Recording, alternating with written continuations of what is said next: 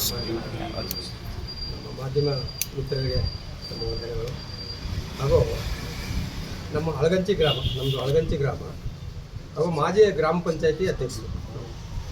ಇದರಲ್ಲಿ ನಮ್ಮ ಬಣ್ಣಾರಿ ಅಮ್ಮನ್ ಶುಗರ್ ಕಾರ್ಖಾನೆಯ ಮಾಲೀಕರಾದಂಥ ಅವರು ನಮ್ಮ ಭೂಮಿಯ ಅಳಗಂಚಿ ಗ್ರಾಮದಲ್ಲಿ ಸುಮಾರು 300 ಎಕರೆಗಿಂತ ಮೇಲ್ಪಟ್ಟ ಜಮೀನನ್ನು ನಮ್ಮ ಜನಾಂಗ ಕಳೆದುಕೊಂಡು, ಹಾಗೂ 1991ರಲ್ಲಿ ಕ್ರಯ ಮಾಡಿದ್ದು. ಅಲ್ಲಿಂದ ಇಲ್ಲಿ ತನಕ ಹೋರಾಟ ಮಾಡ್ಕೊ ಬಂದರೂ ಕೂಡ ನಮ್ಮ ಸ್ಥಳೀಯ ಜಮೀನು ಕಳ್ಕೊಂಡವ್ರಿಗೆ ಕೆಲಸಗಳ ಕೊಡದೆ, ಸತಾಯ ಹೋರಾಟ ಮಾಡಿದ್ರೂ ಕೂಡ ಕೊಡದೆ, ಒಂದು ಕಲ್ಪನೆಗಳ ಇಟ್ಕೊಂಡು ನಾವು ಕೊಡ್ತಾರೆ, ಇವತ್ತು ಕೊಡ್ತಾರೆ, ನಾಳೆ ಕೊಡ್ತಾರೆ ಅಂತ ಕಲ್ಪನೆಗಳ ಇಟ್ಕೊಂಡು ನಾವು ಹೋರಾಟ ಮಾಡ್ಕೊಂಡು ಬಂದು ಆದರೂ ಕೂಡ ಅವ್ರು ಕೊಡಲಿಲ್ಲ. ಆಗ 2004ರಲ್ಲಿ ಪಟ್ಟಾಗಿ ಕೂತ್ಕೊಂಡು ಸ್ಟ್ರೈಕ್ ಎಲ್ಲ ಮಾಡಿ ನಮ್ಮ ಜನಾಂಗ ಸುಮಾರು ಒಂದು 50 ಕಾರ್ಮಿಕರಿಗೆ, ನೆಲ ಕಳ್ಕೊಂಡವ್ರಿಗೆ, ಭೂಮಿ ಕಳ್ಕೊಂಡವ್ರಿಗೆ, ಅಲ್ಲೇ ಹೆಣ್ಮಕ್ಳು ನಾವೆಲ್ಲ ಕೂತು ಹೆಚ್ಚು ಕಮ್ಮಿ ಒಂದು 160 ದಿನಗಳ ಕಾಲ ಹೋರಾಟ ಮಾಡಿ ಪೆಂಡಲ್ ಹಾಕೊಂಡು, ಅನ್ನ ನೀರು ಇಲ್ಲದೆ, ಗಾಳಿ ನೀರು ಇಲ್ಲದೆ, ಮಳೆ ನೀರಿನಲ್ಲಿ ಹೆಣ್ಮಕ್ಳೆಲ್ಲ ಒಂದು ಸಖತ್ತವಾಗಿ, ಅದರಲ್ಲೂ ಕೂಡ ಒಬ್ಬರು ನಿಂಗಮ್ಮನವರು ಕೂಡ ಆ ಹೋರಾಟದಲ್ಲಿ ಒಬ್ಬರು ಕೂಡ ತೀರ್ಕೊಂಡ್ರು. ಆ ತೀರ್ಕೊಂಡ ಸಂದರ್ಭದಲ್ಲಿ ಕೂಡ ಸ್ಟ್ರೈಕ್ ಮಾಡಿ ಅವರು ದೌರ್ಜನ್ಯ ಮಾಡಿ ನಮ್ಮ ಮೇಲೆಲ್ಲ ದೌರ್ಜನ್ಯ ಇರಿಸಿ ನಮ್ಮನ್ನೆಲ್ಲ ಎಳೆದ್ಬಿಟ್ಟು, ಮತ್ತೆ ಈಗ ಮೊನ್ನೆ ನಡೆದಂಥ ಸಂದರ್ಭದಲ್ಲಿ ಹಾಗೂ ನಮ್ಮ ಚಂದನ್ ಗೌಡರು, ಬೇಟಿ ಸಾಹೇಬರು, ಬಸವರಾಜ್ ಸಾಹೇಬರು ಇವರೆಲ್ಲ ಸೇರಿಕೊಂಡು ಎಲ್ಲ ಬಂದರು. ಚಂದನ್ ಗೌಡರು ಆಕಸ್ಮಿಕವಾಗಿ ನಮ್ಮ ಕುಮಾರ್ ಅವರು ಕರೆಸಿ, ನಮಗೆ ಈ ಥರ ಅನ್ಯಾಯ ಆಯ್ತಾಯಿದೆ, ನೀವು ಬರಲೇಬೇಕು ನಮ್ಮ ಕಾರ್ಯಕ್ರಮಕ್ಕೆ ಅಂತೇಳಿ ಅಲ್ಲಿ ಕರೆಸ್ಕೊಂಡು ಅಲ್ಲಿ ಬಂದು ಎಲ್ಲ ಸೇರಿ ನಮಗೆ ನ್ಯಾಯ ತೋರಿಸ್ಕೊಟ್ಟಿದ್ದಾರೆ. ಹಾಗೂ ಅದರಲ್ಲಿ ಈ 1 ತಿಂಗಳೊಳಗಡೆ 10 ಜನಕ್ಕೆ ಪರ್ಮನೆಂಟ್ ಮಾಡ್ಕೊತೀವಿ. ಅದನಂತರ ಇನ್ನು ಉಳಿದವರಿಗೆ ನಿಮ್ಮ ದಾಖಲಾತಿಗಳನ್ನು ಕಲ್ಪಿಸಿ ಇನ್ನೂ 1 ವರ್ಷದೊಳಗಡೆ ನಿಮಗೆಲ್ಲ ಪರ್ಮನೆಂಟ್ ಮಾಡ್ತೀವಿ ಅಂತ ಹೇಳಿ ಅವರು ಒಂದು ಭರವಸೆ ಕೊಟ್ಟು, ಆ MD ನಮಗೆ ಸಿಗದೆ ನಮ್ಮ ಫ್ಯಾಕ್ಟ್ರಿಯ ಬಣ್ಣಾರಿ ಅಮ್ಮನ್ ಶುಗರ್ಸ್ MD ಅವರು ಸಿಗದೆ ನಮಗೆ ಸತಾಯ ನಾವು ಅವ್ರನ್ನ ಹಿಡಿಲೇಬೇಕು ಅಂತ ಹೇಳ್ಕೊಂಡು ಅವತ್ತು ಲಾಕ್ ಮಾಡ್ಕೊಂಡು ಅವ್ರನ್ನ ರಾತ್ರಿ 12 ಗಂಟೆ ತನಕ ಕೂಡ ನಾವು MD ಅವ್ರನ್ನ ಫ್ಯಾಕ್ಟ್ರಿ ಒಳಗೇ ಮುಚ್ಚಾಕಿ ಲಾಸ್ಟಿಗೆ ಅವರು ಒಂದು ಸತಿ ಬರೋದು, ನಾಳೆ ಕೊಡ್ತೀವಿ ಅಂತ ಹೇಳೋದು. ಆದ ಕಾರಣ ನಾವು ಆಗೋದಿಲ್ಲ ಸರ್, ನಮಗೆ ಕೊಡಲೇಬೇಕು, ಇಲ್ಲೇ ನಮಗೆ ಡಿಸೈಡ್ ಆಗ್ಕೊಂಡಾಗ ಅವ ಚಂದನ್ ಗೌಡರು ಬಂದು ನಮಗೆ ನ್ಯಾಯ ದೊರಕಿಸ್ಕೊಟ್ಟು ಒಳ್ಳೆ ರೀತಿಯಲ್ಲಿ ನಮ್ಮ ಕಾರ್ಮಿಕರಿಗೆ ಒಳ್ಳೆ ರೀತಿಯಲ್ಲಿ ನ್ಯಾಯ ದೊರಕಿಸ್ಕೊಟ್ಟು ಒಂದು ಕೆಲಸ ಕಾರ್ಯಗಳು ಕೊಡುವ ಕಾರ್ಯಕ್ರಮ ಮಾಡಿದ್ದಾರೆ. ಅವ್ರಿಗೆ ಧನ್ಯವಾದವನ್ನು ಅರ್ಪಿಸ್ತೀವಿ. ಸಿದ್ದರಾಮಯ್ಯನವರು ಕೂಡ ಬರಲಿಲ್ಲ ಕ್ಷೇತ್ರದ ಸಿದ್ದರಾಮಯ್ಯನವರು, ನಮ್ಮ ವರ್ಣಾ ಕ್ಷೇತ್ರದ ಸಿದ್ದರಾಮಯ್ಯನವರು ಬಂದು ಕೂಡ ಏನೂ ಬಂದು ಮಾತುಕತೆ ಆಡಲಿಲ್ಲ.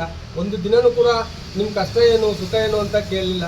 ಎಷ್ಟೋ ಸತಿ ಮೀಟಿಂಗ್ ಕರೆದು ಸಿದ್ದರಾಮಯ್ಯನವರ ಕಡೆಗೂ ಕೂಡ ಮೀಟಿಂಗ್ ಕೂಡ ಬಂದಿದ್ದು, ಕರೆದು ಕೂಡ ಅಲ್ಲೂ ಕೂಡ ನಮಗೆ ಸ್ಪಂದಿಸಲಿಲ್ಲ. ಪುನಃ ಡೆಲ್ಲಿ ಗಂಟ ಹೋರಾಟ ಮಾಡಿದ್ದೀವಿ. ಡೆಲ್ಲಿಗಳು ಕೂಡ ಕಾರ್ಯಕ್ರಮಕ್ಕೆ ಹೋಗಿದ್ವಿ ನಾವು. ಆಮೇಲೆ ಯತೇಂದ್ರ ಸಿದ್ದರಾಮಯ್ಯನವರು ಶಾಸಕರಾಗಿದ್ದ ಯತೇಂದ್ರ ಸಿದ್ದರಾಮಯ್ಯನವರು ಕೂಡ ಅವರು ಕೂಡ ಬಂದು ಅವರು ನಮ್ಮ ಬಗೆಗೆ ಯಾವುದೋ ಒಂದು ಕಾಳಜಿ ವಹಿಸಿಲ್ಲ ಸರ್. ಅವರಿಂದ ರಾಜಕಾರಣಿಗಳಿಂದ ಏನೂ ಕೂಡ 1 ರೂಪಾಯಿದು ನಮಗೆ ಒಂದು ಉಪಯೋಗ ಆಗಲಿಲ್ಲ.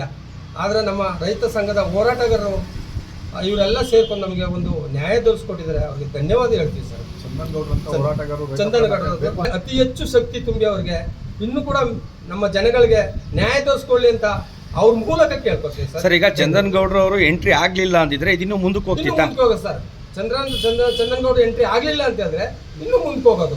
ಸದ್ಯ ಅವತ್ತು ಕಡಕು ಒಂದೇ ಎಸ್ ಸರ್ ನೋ, ಒಂದು ಉಂಟು ಒಂದು ಇಲ್ಲ, ಎರಡೇ ಮಾತು ನಿಮ್ಮಲ್ಲಿ ಕೊಡಬೇಕಾದಂತ MD ಅವ್ರ ಕೂಡ ಕೇಳಿದ್ರು. ಅವ್ರಿಗೆ ಸಂಬಂಧಪಟ್ಟ ಅಧಿಕಾರಿಗಳ ಹತ್ರ, ಉಸ್ತುವಾರಿ ವಹಿಸಿದಂಥ ವೇಲುಸ್ವಾಮಿ ಅವ್ರ ಹತ್ರ ಕೂಡ ಹೇಳಿದಾಗ ನಿಮ್ದು ಅಷ್ಟೇ ಎಸ್ ಸರ್ ನೋ, ಆದರೆ ಕೊಡ್ತೀವಿ. ಇಲ್ಲ ಅಂತಂದ್ರೆ ಆ ಭೂಮಿಯನ್ನು ಬಿಟ್ಕೊಡಿ, ಅವ್ರಿಗೆ ರೈತರು ಎಷ್ಟು ಭೂಮಿ ಕೊಟ್ಟಿದ್ರೆ ಆ ಭೂಮಿಯ ಬಿಟ್ಕೊಡಿ, ನೀವು ತೊಲಗಿ, ಕಾರ್ಮಿಕರಿಗೆ ಕೆಲಸ ಕೊಡಿ. ಸುಮಾರು ಎಷ್ಟು ಇವಾಗ ನಮಗೆ 42 ಜನಕ್ಕೆ ರೈತರಿಗೆ ಅನುಕೂಲತೆ ಆಗಿದೆ ಸರ್. 42 ಜನಕ್ಕೆ ಪರ್ಮನೆಂಟ್ ಆಗಿದೆ, ಕೊಡ್ತೀವಿ ಅಂತ ಹೇಳೋರೆ.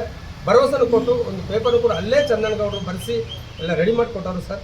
ಎಲ್ಲ ಥರದಲ್ಲೂ ಚೆನ್ನಾಗಿ ಮಾಧ್ಯಮ ಮಿತ್ರರಿಗೆ ಹೇಳುವುದೇನೆಂದರೆ, ನಾಯಕ ಜನಾಂಗದ OB ಅಧ್ಯಕ್ಷರು ಕುಮಾರ್ ಅಂತೆ ಸರ್. ನಮ್ಮ ಆತ್ಮೀಯ ರವಿ ಅವರು ತಾಲೂಕು ಅಧ್ಯಕ್ಷರು, ಮತ್ತು ಮಂಜುನಾಥ್ ಅವರು ಮತ್ತು ಪುನೀತ್ ಅವರು ಜಿಲ್ಲಾಧ್ಯಕ್ಷರು ಕೂಡ ಒಂದು ನೇತೃತ್ವದಲ್ಲಿ ನಾವು ಇಲ್ಲಿ 160-170 ದಿನ ನಡೆಯಿತು. ನಡೆದರೂ ಕಾನೂನಾತ್ಮಕವಾಗಿ ನಮ್ಮ ಚಂದನ್ ಗೌಡರು ಕೇಳಿದ ಲೀಗಲ್ ಮತ್ತು ಸಂವಿಧಾನಾತ್ಮಕ ಕಾನೂನು ಅವ್ರು ಯಾರೂ ಅಷ್ಟೊಂದು ಕೇಳಿರಲಿಲ್ಲ.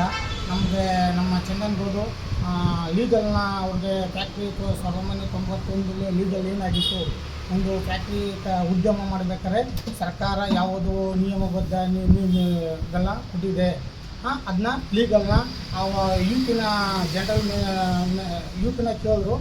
ಈ ಒಂದು ವೇಲ್ಸ್ವಾಮಿ ಅವ್ರನ್ನ ಲೀಗಲ್ ಈ ಫ್ಯಾಕ್ಟ್ರಿ ಲೀಗಲ್ ಏನಿದೆ ಮತ್ತು ಈ ಫ್ಯಾಕ್ಟ್ರಿಯಲ್ಲಿ ನೀವು ಎಷ್ಟು 1 ಟನ್ನು ಕಬ್ಬಿಗೆ ಎಷ್ಟು ರಿಕವರಿ ಆಗುತ್ತೆ, ನಿಮಗೆ ಎಷ್ಟು ಲಾಭ ಇದೆ, 1 ಟನ್ನು ಕಬ್ಬಿಗೆ ಸರ್ 8 ರಿಂದ 9 ಸಾವಿರ ಲಾಭ ಇದೆ.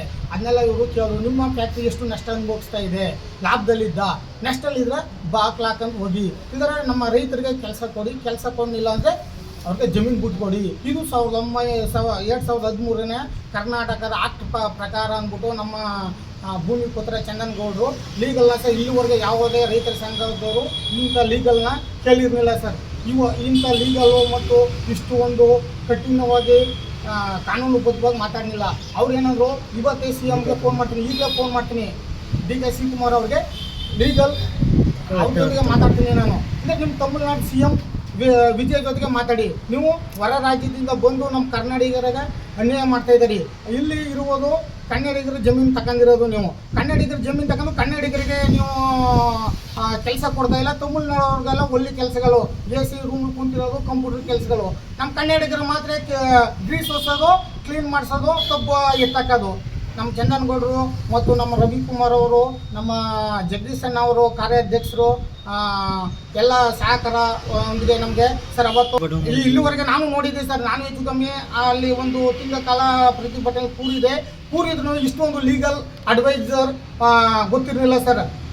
ಅಷ್ಟೊಂದು ಭಾರತದ ಸಂವಿಧಾನ ಮತ್ತು ಕರ್ನಾಟಕದ ಸಂವಿಧಾನಾತ್ಮಕವಾಗಿ ಕಾನೂನು ಸರ್ ಗೊತ್ತಿರಲಿಲ್ಲ ಅವ್ರಿಗೆ. ನಮ್ಮ ಚಂದನ್ಗೌಡ ಕೇಳಿದ ಪ್ರಶ್ನೆಗಳಿಗೆ ಅವರು ಚಿಂತಾಜನಕವಾಗಿ ಹೋದರು. ಅದರಿಂದ ಸರ್ ನಮ್ಮ ಎಲ್ಲರಿಗೂ ಚಂದನ್ಗೌಡರ ಸಮ್ಮುಖದಲ್ಲಿ ಸರ್ ಈಗ 10 ಜನಕ್ಕೆ ಪರ್ಮನೆಂಟ್ 1 ತಿಂಗಳಲ್ಲಿ, ಇನ್ನು 37 ಜನಕ್ಕೆ ಸರ್ ಪ್ರಪೋಸನರಿ ಕೊಡ್ತೀವಿ ಅಂತ ಒಪ್ಕೊಂಡು ಸರ್.